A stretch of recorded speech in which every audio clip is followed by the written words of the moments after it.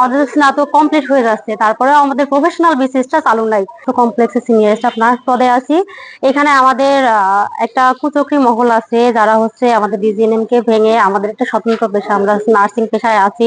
এটা আমাদের প্রথম থেকেই এটা শুরু হয়ে আসছে, কিন্তু কিছু কিছু কুচক্রী দল আছে যারা হচ্ছে আমাদের এটাকে ভেঙে অন্য পেশার আওতায় এবং অন্য ডিপার্টমেন্টের আওতায় দিতে চাচ্ছে, যাতে করে এটা আমাদের খুবই সমস্যার সম্মুখীন হতে হবে সামনে। এই কারণে আমরা হচ্ছে এছাড়াও আমাদের 8টা দফা দাবি আছে, সেই দাবিগুলো আমাদের আদায়ের জন্য আমরা এখানে আসছি।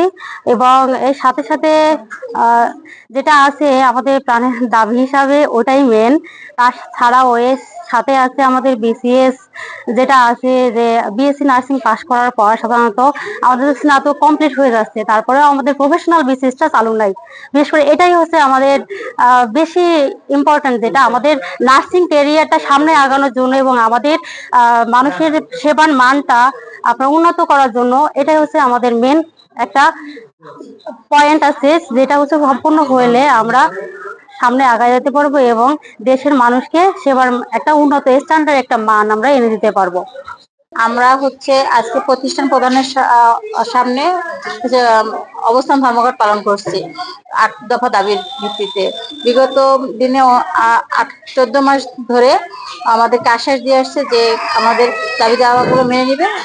সেই লক্ষ্যে এখন আমরা অবস্থান ধর্মঘট পালন করছি। আজকে কর্মসূচি এটাই।